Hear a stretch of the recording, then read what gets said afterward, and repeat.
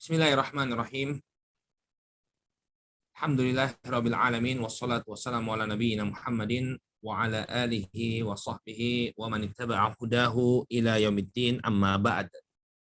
Ikhwan fillah rahimani wa rahimakumullah. Alhamdulillah, puji syukur kita panjatkan kepada Allah Subhanahu wa taala atas segala nikmat yang telah Allah Subhanahu wa taala anugerahkan kepada kita semua, sehingga di kesempatan sore hari ini kembali Allah Subhanahu wa taala pertemukan kita dalam kajian membahas kitab At-Tadhhib fi Adillati Matnil Ghaya wat Taqrib karya Syekh Mustafa Dib Bugha hafizahullahu taala. Pada pertemuan yang terakhir, alhamdulillah kita telah memasuki kitabus shalah. Kita telah jelaskan makna salat secara bahasa dan secara syar'i. Demikian juga telah kita jelaskan dalil-dalil yang menunjukkan wajibnya salat. Demikian juga ikhwani fillah rahimani wa rahimakumullah, kita telah sebutkan waktu-waktu salat kemarin sampai waktu salatul asr, ya. Kita sudah jelaskan secara umum tentang waktu-waktu salat. Kita bacakan hadisnya Abu Musa al-Asy'ari radhiyallahu taala anhu, dan telah kita sebutkan dua waktu salat, yakni tentang salat zuhur dan salatul asr. Baik, sekarang kita masuk ke dalam pembahasan salat al-maghrib. Kata Al-Qadi Abu Suja rahimahullahu taala, wal maghribu wa waqtuha wahidun wa huwa ghurubus syamsi wa bimiqdari ma yu'adzinu wa yatawaddau wa yasturul awrata wa yuqimus salata wa yusalli khamsa raka'atin. Kata Al-Qadi Abu Suja rahimahullahu taala, dan sholat maghrib waktunya itu satu waktu, yaitu ketika terbenamnya matahari. Jadi masuknya waktu sholat maghrib itu ketika matahari terbenam. Lalu berapa ukurannya waktu sholat maghrib? Wa bimiqdari ma yu'adzinu wa yatawaddau, dengan ukuran yang cukup untuk mengumandangkan adzan, kemudian berwudu, wa yasturul aurah, kemudian menutupi aurat, wa yuqimus shalah, dan menegakkan salat, wa yusalli khamsa raka'atin, dan salat 5 rakaat. Ya. Jadi ini pendapat yang disebutkan oleh Al-Qadi Abu Suja, bahwa salat maghrib itu waktunya satu. Ya, mulai dari terbenamnya matahari, kemudian waktu yang dibutuhkan untuk adzan, kemudian untuk berwudu, untuk menutup aurat, kemudian sholat 5 rakaat. Sholat 5 rakaat. Sholat 5 rakaat ini 2 rakaat qobliyah. 2 rakaat qobliyah maghrib, kemudian ditambah dengan 3 rakaat sholat maghrib.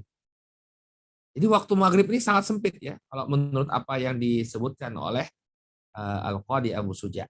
Di waktu sholat maghrib itu ya waktu ketika terbenam matahari, kemudian cukup untuk adzan, ya, adzan dan iqamah, ya. Kemudian juga waktu untuk berwudu, tambah waktu yang untuk berwudu, kemudian menutup aurat, lalu sholat 5 rakaat. Kalau dihitung-hitung berapa menit itu, ya, mepet sekali waktunya, ya. Bimiqdar ma yu'adzinu, ya, waktu adzan. Taruhlah adzan itu berapa? Ya, kalau panjang itu adzan ya mungkin 3 sampai 4 menit. Kemudian waktu untuk wudhu, taruhlah waktu untuk wudhu 5 menit. Kemudian menutup aurat cuma 2 menit. Lalu sholat 5 rakaat. Nah, itulah waktu untuk sholat maghrib menurut Al-Qadi Abu Suja. Dan apa yang beliau sebutkan ini adalah qaul jadidnya Al-Imam Syafi'i. Adalah pendapat barunya Al-Imam Syafi'i. Tapi bagaimana silang pendapat atau bagaimana pendapat yang dipilih oleh jumhur Syafi'i, ya? Kita akan baca penjelasan dari Syekh Mustafa Bugha, ya, dalam ta'liq beliau terhadap poin yang kelima. Kata beliau, wa hadza al-madhhabul jadid li Syafi'i rahimahullahu ta'ala. Yang disebutkan oleh Al-Qadi Abu Suja ini hab barunya Syafi'i rahimahullahu ta'ala. Jadi kan perlu, kalau yang bagi yang belum tahu, bahwa Al-Imam memiliki dua qaul. Ada yang namanya qaul qadim, ada yang namanya qaul jadid. Qaul qadim itu adalah ketika beliau berada di Irak. Adapun qaul jadid ketika beliau pindah ke Mesir. Ya, jadi ada dua qaul. Jadi beliau memiliki pendapat ketika beliau berada di Irak, lalu beliau pindah ke Mesir. Nah, ini ketika beliau di Mesir itu yang disebut jadid. Qala wa hadzal madhhabul jadid li Syafi'i rahimahullahu taala. Dan ini merupakan madhab jadid, madhab yang baru ya bagi Imam Syafi'i rahimahullahu taala. Wa daliluhu, dan dalilnya, jadi pendapat barunya Imam Syafi'i ini memiliki dalil. Dalilnya sebuah hadis yang diriwayatkan oleh Imam Abu Dawud, At-Tirmidzi dan Imam At-Tirmidzi. Hadis Jibril, yakni hadisnya Jibril alaihi salam, alladzi rawahu Abu Dawud wa Tirmidzi an Ibnu Abbas, yang diriwayatkan oleh Imam Abu Dawud dan Tirmidzi dari sahabat Abdullah bin Abbas radhiyallahu anhuma, wa fihi, dan di dalam hadis tersebut disebutkan anna Jibril alaihi salam shalla bin Nabi sallallahu alaihi wasallam al-maghriba fil yaumain hina aftara as-shaim ay fi waqtin wahidin wa huwa ba'dal ghurub. Di dalam hadis tersebut disebutkan bahwa Jibril alaihissalam sholat bersama Nabi Shallallahu Alaihi Wasallam ya pada 2 hari, ya di waktu 2 hari, dalam 2 hari Jibril itu sholat bersama Nabi Shallallahu Alaihi Wasallam. Ina aftara shaim, ketika orang-orang yang berpuasa sedang berbuka. Ya. Ketika orang-orang yang berpuasa sedang berbuka. Ai fi waqtin wahidin wa huwa ba'dal ghurub.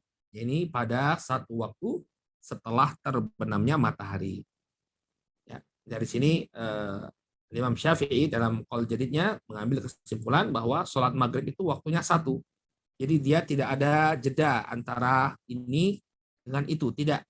Tapi begitu terbenamnya matahari, sampai kemudian diselenggarakannya sholat maghrib dan pendahuluannya, yang tadi apa, azan, kemudian wudhu, kemudian menutup aurat, ya, kemudian melaksanakan sholat 2 rakaat sebelum maghrib, kemudian 3 rakaat setelah maghrib. Nah, inilah waktu pelaksanaan sholat maghrib. Ya, coba antum pahami dulu ya. Jadi ini pendapat yang pertama, qaul jadidnya Imam Syafi'i rahimahullah, bahwa waktu sholat maghrib terbenamnya matahari, ya, kemudian waktu yang dibutuhkan untuk azan, kemudian untuk berwudu, menutup aurat, dan menegakkan sholat 5 rakaat. Ya, dipahami ini ya. Jadi waktunya sangat mepet menurut pendapat baur atau qaul jadidnya Imam Asy-Syafi'i rahimahullahu taala. Namun yang dikuatkan oleh para imam Syafi'iyah, dibedakan, pendapat Syafi'i tidak mesti menjadi pendapatnya madhab, atau pendapat barunya Syafi'i tidak serta-merta menjadi pendapat mu'tamad dalam madhab. Ya, kadang para ulama ul madhab, ya, para imatul madhab, mereka mengambil pendapat qadimnya Imam Syafi'i, kalau qadimnya Syafi'i, pendapat Syafi'i yang terdahulu. Mari kita simak penjelasan dari Syekh Mustafa Bugha. Kata beliau, hafizahullah ta'ala, wal madhabul qadim imtidadu waqtil maghrib hatta yaghiba syafaqul ahmar. Nah, dan pendapat terdahulu, madhab terdahulu dari al-Imam Asy-Syafi'i rahimahullah ta'ala adalah berlangsungnya waktu sholatul maghrib, ya, berlangsungnya waktu sholatul maghrib sampai hilangnya syafaqul ahmar, yaitu rona merah, ya, warna merah di langit. Kalau antum perhatikan, ya, ketika matahari terbenam, ya, ketika matahari terbenam maka tersisa warna merah, warna-warna merah yang ada di langit. Nah, maka madhab yang terdahulu dari Imam Syafi'i, ya, bahwa waktu maghrib itu berlangsung sampai hilangnya rona merah tersebut. Sehingga langit itu berwarna gelap betul. Nggak ada lagi warna-warna kemerahan. Nah, ketika sudah tidak ada lagi warna-warna kemerahan, maka berakhirlah waktu sholatul maghrib. Jadi bukan hanya satu waktu tadi seperti yang disebutkan oleh pendapat yang pertama, tapi tidak, dia memanjang waktunya sampai hilangnya rona merah di langit. Qala warajjahahu a'immatul madhab li rujhani adillatihi. Dan inilah yang dirojihkan atau dikuatkan oleh para imam madhab karena dalilnya lebih kuat. Ini yang kita singgung tadi, bahwa terkadang al-imam madhab memilih pendapat lama dari al-imam Asy-Syafi'i rahimahullahu ta'ala karena lebih kuatnya dalil. Ini menunjukkan bahwa yang namanya madhab sendiri kita tidak ta'assub kepada imam. Kan kadang-kadang para imam dalam madhab itu memilih pendapat yang mengingkari pendapat barunya sang imam. Seperti apa yang kita dapatkan sekarang. Ya, ini sebenarnya orang keliru kalau mengatakan ta'assub, belajar madhab itu ta'assub. Enggak, kita bisa lihat justru dengan kita belajar fikih melalui madhab, kita dapati bahwa imam-imam madhab sendiri mereka terkadang menyelisih pendapat Imam Syafi'i rahimahullahu ta'ala. Ya, Imam Syafi'i dalam qaul jadinya mengatakan waktu sholat maghrib itu ya cuma ringkas saja. Tapi enggak, kata para imam justru yang benarlah pendapat beliau yang lama. Bahwa apa? Waktu sholat maghrib itu memanjang. Mulai dari terbenamnya matahari sampai hilangnya rona merah di langit.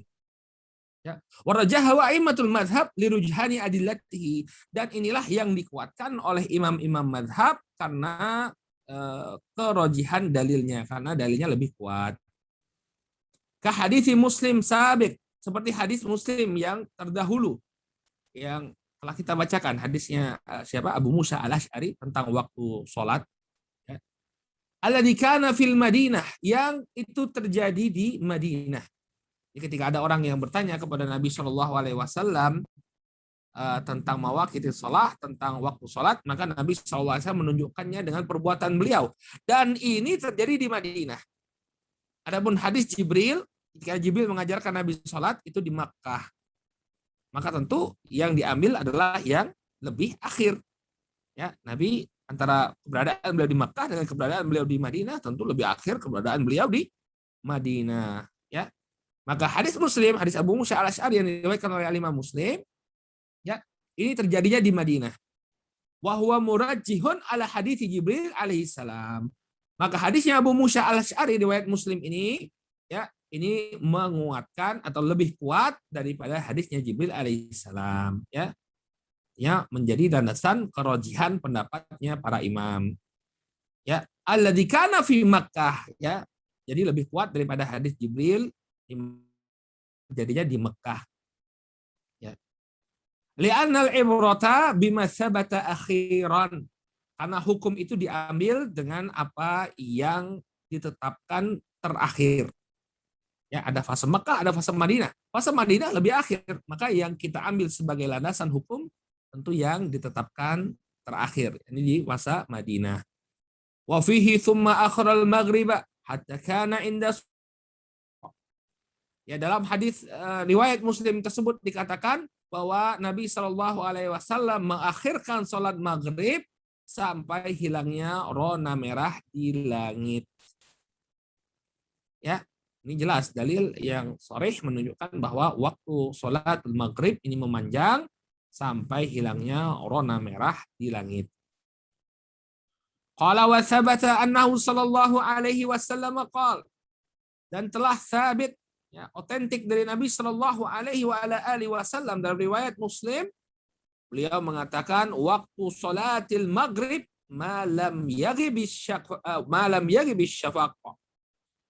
Nabi Shallallahu Alaihi Wasallam mengatakan bahwa waktu sholat maghrib selama warna merah di langit itu belum hilang. Nah, ini juga dalil yang semakin menguatkan pendapat para imam mazhab, ya, yang menyelisih pendapat jadinya Imam Syafi'i bahwa waktu sholat maghrib, ya, itu mulai dari terbenamnya matahari sampai hilangnya warna merah di langit.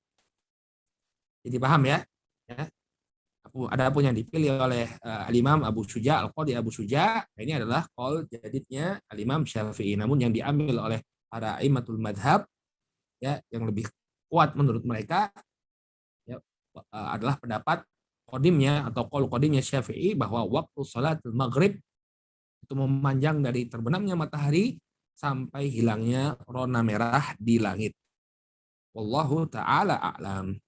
Baik. Selesai kita dari salat maghrib. Wal isya. Sekarang salat isya. Wa awalu waqtiha idza ghaba syafaqul ahmar. Wa akhiruhu fil ikhtiyar ila thuluthil lail. Wa fil jawazi ila tulu'il fajri tsani.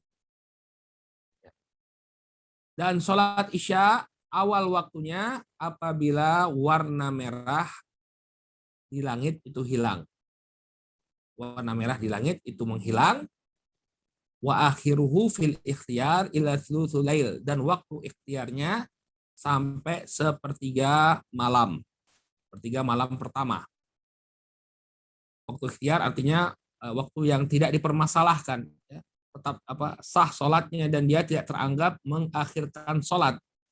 Wa fil jawazi ila tulu'il fajri tsani, dan waktu kebolehannya sampai terbitnya fajar yang kedua, itu fajar shadiq. Waktu jawaz artinya waktu yang diperbolehkan, ya, tapi disertai dengan kemakruhan, ya, disertai dengan kemakruhan. Salat isya, jadi setelah habis waktu maghrib dengan menghilangnya rona merah di langit, ya, itu sudah mulai masuk waktu salat isya sampai sepertiga malam pertama. Kemarin sudah kita jelaskan, ya, kapan sepertiga malam pertama. Kita katakan kemarin bahwa kalau sekarang ini maghribnya jam 17.30 untuk di waktu Yogyakarta, maghribnya 17.30, subuhnya jam 4.30, berarti ada 11 jam. Maka kemudian kita bagi 3, 11 jam ini, jadi 3 jam 40 menit, hingga waktu ikhtiar sholat isya itu dari jam 17.30, ya, waktu ikhtiar sholat isya dari hilangnya rona merah di langit sampai sepertiga malam, 17.30 tambah 3.40, ini 21 lebih 10, jam 9:10. Jadi ini adalah waktu ikhtiar sholatul isya sampai terbitnya fajar ats-tsani, fajar yang kedua. Nah, fajar yang kedua ini, ya, maksudnya itu adalah fajar shadiq. Karena fajar itu ada dua. Fajar itu cahaya yang muncul di arah timur. Ya. Dan ini ada dua jenisnya. Yang pertama fajar shadiq. Yang pertama fajar kadzib, yang kedua fajar shadiq. Kadzib, ya, itu cahaya yang muncul di arah timur, namun kemudian dia menghilang. Jadi dia muncul dan bentuknya itu seperti ekor serigala. Fajar kadzib, ya, dia muncul di arah timur, ya, bentuknya seperti ekor serigala yang kemudian menghilang. Berbeda dengan jenis fajar yang kedua, fajar shadiq. Fajar shadiq ini cahaya yang muncul di arah terbitnya matahari dan dia mendatar, ya, cahayanya mendatar, kemudian semakin kuat cahayanya. Ya, kalau fajar kadzib itu dia vertikal, ya, garisnya vertikal, jadi cahaya tapi vertikal, dan itu menghilang. Beda dengan fajar shadiq. Fajar shadiq dia horizontal, mendatar, kemudian cahaya semakin kuat. Nah, baik, kita baca penjelasan dari Syekh Mustafa Bugha tentang waktu sholatul isya. Ya, kata beliau, lamma rawahu Muslimun wa ghairuhu an Abi Qatadah radhiyallahu anhu annahu sallallahu alaihi wasallam qala ama innahu laisa fi naumi tafriq. Dalilnya adalah apa yang diriwayatkan oleh Imam Muslim dan yang selain beliau dari Abu Qatadah radhiyallahu anhu, bahwasanya Nabi Shallallahu alaihi wasallam bersabda, ya, ketahuilah sesungguhnya ketiduran itu bukanlah peremehan. Laisa fi naumi tafrid. Jadi kalau orang itu ketiduran, ya, tanpa sengaja dia tertidur, maka ini bukan bentuk peremehan terhadap sholat. Innama tafritu ala man lam yusalli salata hatta yaji'a waktu salatil ukhra. Innama tafritu ala man lam yusalli salata hatta yaji'a waktu salati ukhra. Waktu salatil ukhra. Ya. Kata beliau alaihi salatu wassalam, sesungguhnya ya ketiduran itu bukan peremehan. Ketiduran loh ya. Orang ketiduran yang biasanya dia menjaga sholatnya, tapi kemudian karena sesuatu dan lain hal dia ketiduran tanpa sengaja. Maka ini bukan tafrid. Innama tafrid itu, yang namanya tafrid, ala man lam yusalli salah, yaitu orang yang tidak sholat, hatta yaji'a waktu salatil ukhra, sampai datangnya sholat yang setelahnya. Ya, ini namanya orang yang meremehkan sholat. Ya, jadi dia tidak sholat isya sampai kemudian apa? Datangnya waktu sholat subuh. Tidak sholat maghrib sampai datangnya waktu sholatul isya dan seterusnya. Ya. Ini namanya orang yang meremehkan sholat, meremehkan sholat. Qala wa fis sunani innamat tafritu fil yaqadhah. Disebutkan dalam as-sunan, Nabi SAW mengatakan yang namanya peremehan itu kalau seseorang dalam keadaan terjaga, bukan karena ketiduran. Ya, bukan karena ketiduran. Kalau dia terjaga, kemudian memang dia mengakhirkan sholat, ya sampai keluar waktunya, inilah yang disebut sebagai tafrid, peremehan. Kemudian dia sebutkan sisi pendalilannya.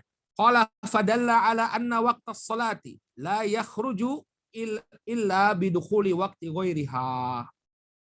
Maka ini menunjukkan, hadis ini menunjukkan bahwa waktu sholat itu tidaklah keluar kecuali dengan masuknya waktu sholat setelahnya. Ini dalil umum ya, bahwa waktu sholat itu baru berakhir ketika masuk waktu sholat setelahnya. Jadi waktu zuhur, waktu az-zuhur ini berhenti atau selesai setelah masuknya waktu asar. Waktu asar selesai ketika masuknya waktu maghrib. Waktu maghrib selesai setelah masuknya waktu sholatul isya. Waktu isya selesai setelah masuknya waktu sholatul subuh atau sholatul fajr. Kecuali waktu subuh. Ya. Kecuali waktu subuh. Wa kharajati subuhu min hadal umum. Dan dikecualikan waktu subuh dari keumuman ini. Jadi jangan dibawa ke subuh. Kenapa? Ya karena waktu subuh itu sampai terbitnya matahari. Jadi bukan sampai masuknya waktu zuhur. Nah ini yang mengecualikan subuh dengan sholat lainnya. Ini yang mengecualikan atau mengeluarkan waktu subuh dari waktu sholat lainnya. Jadi untuk 4 sholat, zuhur, asar, maghrib, dan isya, waktunya itu memanjang sampai tibanya waktu sholat setelahnya. Adapun waktu subuh, maka ini sampai terbenamnya matahari. Ya. Bidalilin kama sayati wa baqiya ala muqtadahu fi ghairiha. Dengan dalil yang insya Allah akan kita bacakan, kita akan bahas. Ya. Adapun fa baqiya ala muqtadahu fi ghairiha, maka dalil ini berlaku pada yang selain sholat subuh. Dalil yang mengatakan bahwa apa? Hatta yaji'a waqtu sholatil ukhra, ini berlaku pada semua sholat kecuali sholat subuh. Kecuali sholat subuh. Ya. Qala wal fajru tsani. Nah, itu dia. Fajru tsani. Wal fajru tsani huwa al-muntashiru daw'uhu mu'taridan sama yuqibuhu diya. Dan yang dimaksud dengan fajar yang kedua adalah cahaya yang menyebar muqtaridon secara horizontal. Apa horizontal? Mendatar, ya. Ada vertikal yang memanjang. Kalau horizontal ini apa? Mendatar. Fajar yang kedua adalah cahaya yang menyebar secara horizontal binawahi sama, ya, di arah atau di ufuk langit, yukibuhu, dia yang diikuti oleh cahaya yang panas, ya. Artinya ini cahaya yang membakar, ya. Beda antara nur dengan athiya, ya. Nur itu cahaya secara umum, kalau athiya ini cahaya yang membakar, cahaya yang membawa panas. Kan cahaya matahari itu kan membawa panas, ya. Nah, ini fajar yang kedua. Jadi waktu sholat isya itu berhenti sampai sampai terbitnya fajar yang kedua. Itu cahaya yang menyebar secara horizontal, ya, di ufuk langit yang diikuti dengan cahaya yang panas, cahaya yang membakar. Bi khilafil ladzi qablahu fa innahu, ya, yatla'u mustatilan. Ya, berbeda dengan fajar yang pertama, disebut sebagai fajar kadhib, karena cahayanya itu, ya, muncul secara vertikal, mustatilan, memanjang. Ya'lu daw'un tawilun kadzanabiz dzi'ib. Ya. Ada cahaya yang meninggi, panjang, seperti ekor serigala. Tsumma tuqibuhu adz-zulmah, atau tsumma tuqibuhu zulmatun. Kemudian dia diikuti dengan kegelapan. Nah, ini jadi kalau fajar yang pertama yang disebut sebagai fajar kadhib itu munculnya secara vertikal, kemudian dia memanjang seperti ekor serigala yang lama-kelamaan menghilang. Ya, diikuti dengan kegelapan. Ya, beda dengan fajar yang kedua, ini fajar shadiq. Cahayanya menyebar secara horizontal. Ya, kemudian diikuti dengan cahaya yang panas, cahaya yang membakar. Ya, sebenarnya gampang bedakannya. Kalau fajar shadiq itu dia terus-menerus terang. Kalau fajar kadhib menghilang. Nah, itu aja bedanya. Ya, kalau fajarnya cahaya itu terus-menerus semakin kuat, nah itu fajar. Kalau fajarnya itu menghilang, maka ini fajar kadhib. Baik. Qala was-subhu. Nah, kemudian salat subuh yang terakhir. Was-subhu wa awwalu waqtiha tulu'il fajri tsani. Dan salat subuh awal waktunya adalah ketika munculnya fajar yang kedua. Ini fajar shadiq. Wa akhiruhu fil ikhtiyar ilal isfar. Dan waktu ikhtiarnya sampai munculnya cahaya kekuningan. Jadi ini seseorang ketika dia melaksanakan sholat subuh sampai munculnya cahaya kekuningan, ini tidak dikatakan dia terlambat dalam melaksanakan sholat. Dia masih melakukan sholat tepat waktu. Ya, jadi kalau misalnya dia tidak langsung sholat ketika fajar yang kedua ini muncul, dia akhirkan, ya, sampai menjelang munculnya cahaya kekuningan di langit. Nah, ini masih dikatakan dia sholat tepat waktu. Wafil jawazi ila tulu isyams. Dan waktu jawaznya, waktu kebolehannya sampai terbitnya matahari. Ini waktu yang tetap sah sholatnya, akan tetapi disertai dengan kemakruhan. Ya, kemudian dalam catatan kaki beliau menyuruh kita merujuk dalil yang sebelumnya. Ini dalil hadisnya Abu Musa al-Asy'ari radhiyallahu taala anhu. Mana ini waktu subuhnya? Fa aqama al-fajr hinan syaqqal fajru wan nasu la yakadu ya'rifu ba'duhum ba'dha. Ya, maka Nabi sallallahu alaihi wasallam salat fajar ketika cahaya fajar mulai merekah. Dan manusia seakan-akan tidak mengetahui, yang satu tidak mengetahui yang lainnya, tidak saling mengetahui. Jadi ketika cahaya fajar mulai merekah, belum terlalu terang. Ya. Kemudian waktu yang terakhir kata beliau, tsumma akharal fajra minal ghad hatta insarafa minha wal qailu yaqul qad tala'ati syams au kadat. Ya, kemudian di waktu yang kedua, waktu akhirnya yang di hari yang kedua, ya, beliau mengakhirkan sholat fajar sampai insarafa minha wal qailu yaqul, sampai ketika selesai sholat orang mengatakan qad tala'ati syamsu au kadat. Matahari telah terbit atau mendekati terbit. Ini menunjukkan waktu diperbolehkannya sholat sholat subuh. Baik, ya. Selesai kita dari pembahasan waktu sholat subuh. Jadi kalau kita rekap kembali waktu sholat-sholat yang ada, ini waktu sholat zuhur, ya. Ini antum lihat catatan antum, kita ulang lagi. Ini waktu sholat zuhur, awal waktunya adalah tergelincirnya matahari, dan akhir waktunya ketika bayangan ini sama dengan panjang benda. Ya. Ketika bayangan panjangnya sama dengan panjang benda atau sama dengan tinggi benda tersebut.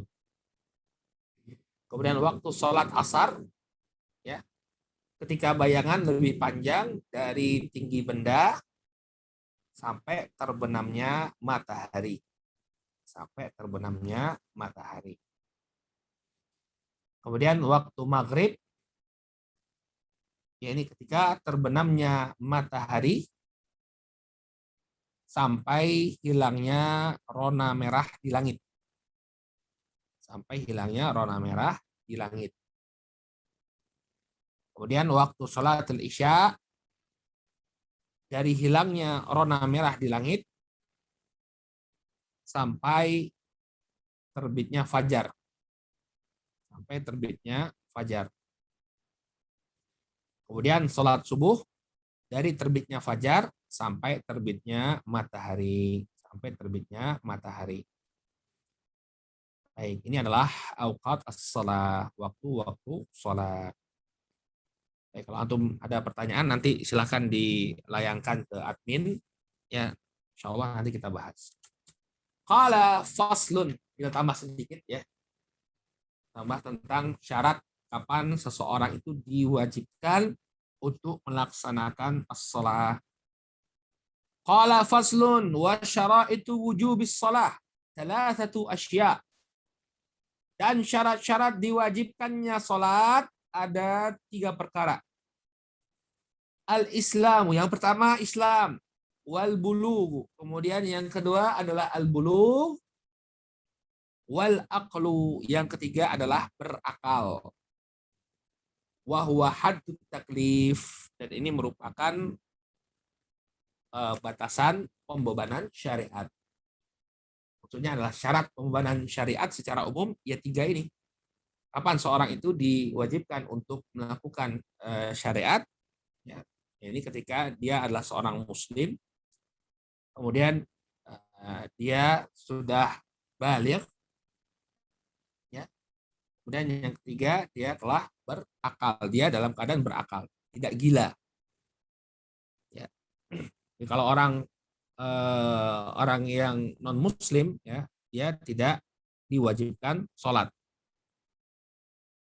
Ya, dia tidak diwajibkan sholat. Namun dia nanti disiksa, ya, kalau dia disiksa karena tidak sholat, ya. Masalah kekum bisakor, qalu lam nakum minal musallin. Apa yang menyebabkan kalian disiksa dalam neraka sakor? Ya, maka mereka mengatakan, kami dahulu tidak melaksanakan sholat. Ya, sehingga kalau misalnya orang yang dulunya non muslim kemudian dia masuk Islam, ya, orang non muslim kemudian dia masuk Islam, apakah dia wajib untuk mengqadha sholatnya? Tidak. Ya, karena waktu dia belum muslim, tidak ada kewajiban bagi dia untuk sholat. Baru ada kewajiban untuk sholat setelah dia masuk Islam. Kemudian al-bulugh, ya, al-bulugh. jika seorang itu balik, baru diwajibkan atasnya untuk sholat. Ya, tanda balik adalah apa? Ihtilam, ini mimpi basah, atau apa? Haid, ditanya haid bagi wanita, ya, atau munculnya bulu kemaluan, atau seseorang berusia 15 tahun. Ya, jadi ihtilam yang pertama, kemudian munculnya bulu kemaluan, kemudian yang ketiga berusia 15 tahun, atau bagi wanita ketika dia haid. Ini tanda-tanda seorang yang sudah balik. Nah, bagaimana dengan anak kecil? Disyariatkan nggak dia untuk sholat kalau dia belum balik? Nah, ini perlu kita ketahui bahwa orang yang belum balik, anak yang belum balik ketika dia sudah mumayyiz, yang berusia 7 tahun, disyariatkan bagi orang tuanya untuk memerintahkan anak yang sholat. Nah, catat ini. Ya, memang betul wajibnya sholat itu ketika seseorang sudah balik. Tapi perintah untuk sholat ini mulai ketika anak-anak berusia mumayyiz, berusia tamyiz, yaitu 7 tahun. Ya, Nabi Shallallahu Alaihi Wasallam bersabda, "Muru auladakum bis shalah wahum abna'u syaba, wahum abna'u saba, wadribuhum 'alaiha wahum abna'ul asyar." Perintahkanlah anak-anak kalian untuk sholat. Ini nggak ada, ini tambahan dari saya. Perintahkanlah anak-anak kalian untuk sholat ketika mereka berusia 7 tahun. Dan pukullah mereka kalau tidak mau sholat ketika mereka berusia 10 tahun. Nah, ini dalil yang menunjukkan bahwa walaupun tidak wajib, anak yang berusia 7 tahun ke atas, ya, hendaknya diperintahkan untuk sholat. Ya, disebutkan oleh Al-Imam Ibnu Battah rahimahullahu taala, ya, beliau menyebutkan bahwa ada 3 hikmah kenapa anak yang belum balik diperintahkan untuk sholat. Yang pertama, untuk mendapatkan keberkahan, barokah. Jadi dari kecil dia sudah terbiasa melakukan ketaatan, ya. Artinya dia sudah banyak pahalanya, ya, dari kecil. Kemudian yang kedua, ya, untuk pembiasaan. Kemudian yang ketiga, agar dia tidak merasa berat jika tiba saat kewajiban pada dirinya. Ya, jadi ini 3 hikmah kenapa anak yang belum balik diperintahkan untuk sholat ketika dia berusia 7 tahun. Yang pertama adalah diajli barokah, mendapatkan keberkahan. Yang kedua, untuk pembiasaan. Yang ketiga, agar dia tidak merasa berat ketika perkara tersebut diwajibkan atas dirinya. Baik. Sekarang kita baca penjelasan dari Syekh Mustafa Bogor. إذا اجتمعت هذه الأمور الثلاثة المذكورة وجد التكليف بالصلاة وغيرها من فروع الشريعة فإذا لم تجتمع انتفى تكليف. Maksudnya adalah apabila berkumpul 3 perkara yang disebutkan ini, yaitu Islam, balik, dan akal, ya, Islam, al-bulugh wal akal. Berkumpul 3 perkara ini yang disebutkan ini, maka wujidat taklif bis shalah, didapatkanlah pembebanan syariat untuk sholat, wa ghairiha, dan yang selainnya seperti puasa, ya. Puasa juga sudah diwajibkan kalau terpenuhi 3 syarat ini, ya. Wa idza lam tajtami' intafat taklif. Kalau belum berkumpul 3 syarat ini, maka, ya, tidak ada pembebanan syariat. Kalau tidak berkumpul 3 syarat ini, maka tidak ada pembebanan syariat. Qala dalla ala syurutil Islam ma rawahu Ibnu Abbas radhiyallahu anhuma anna Nabiy sallallahu alaihi wasallam ba'atha Mu'adzan ila Yaman. Dan dalil yang menunjukkan syarat keislaman adalah apa yang diriwayatkan oleh Ibnu Abbas. Hadisnya riwayat Bukhari Muslim. Anna Nabi sallallahu alaihi wasallam ba'atha Mu'adzan radhiyallahu anhu ilal Yaman. Bahwa sesungguhnya Nabi sallallahu alaihi wasallam mengutus Mu'adz radhiyallahu anhu ke negeri Yaman. Faqal, ketika mengutus Nabi sallallahu alaihi wasallam mengatakan, "Ud'uhum ila syahadati an la ilaha illallah wa anni rasulullah." Ya. Ajaklah mereka atau suruhlah mereka untuk bersaksi bahwa tidak ada sesembahan yang berhak untuk disembah kecuali Allah dan bahwasanya aku adalah utusan Allah. Wa inhum ata'u lidzalik fa'alimhum annallaha qad iftarada 'alaihim khamsa shalawatin fi kulli yaumin wa lailah.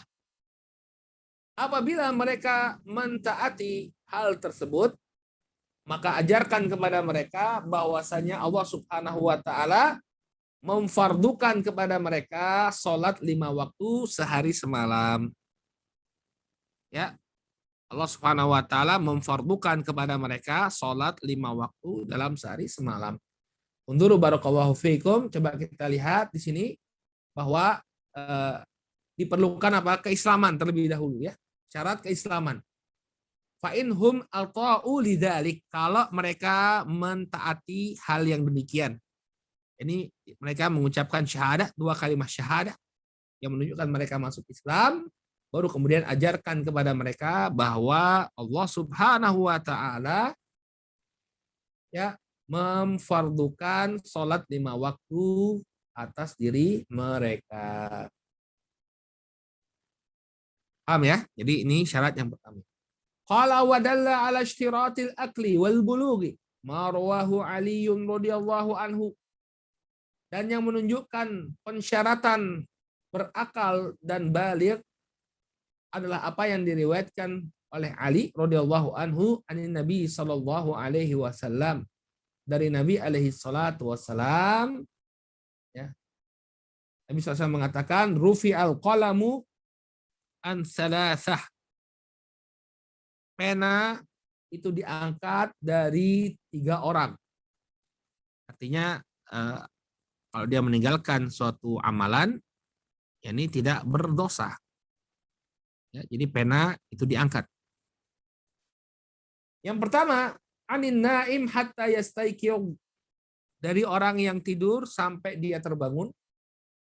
Wa anis sabi hatta yahtalim, dari seorang anak sampai dia ihtilam, ya sampai dia dewasa, ya belum, sampai dia baligh. Ya. Jadi kita sebutkan tanda baligh, ciri-ciri baligh apa? Yang pertama ihtilam, atau yang kedua tumbuhnya bulu kemaluan. Kemudian yang ketiga berusia 15 tahun, dan bagi seorang anak wanita ini ketika dia sudah mendapatkan haid. Qala wa 'anil majdudi hatta yaqil, dan diangkat pena tersebut dari orang yang gila sampai dia berakal, Nah, ini adalah syarat seseorang itu diwajibkan untuk sholat. Maka ketika belum terpenuhi syarat ini, tidak diwajibkan baginya untuk sholat. Wallahu ta'ala a'lam. Baik, naktafi bihadzal qadar, karena ini sudah pembahasan yang baru, ini tentang sholat sunnah. Insyaallah akan kita bahas pada pertemuan yang akan datang insyaallah. Baik. Subhanakallahumma bihamdika asyhadu an la ilaha illa anta astaghfiruka wa atubu ilaik. Assalamualaikum warahmatullahi wabarakatuh.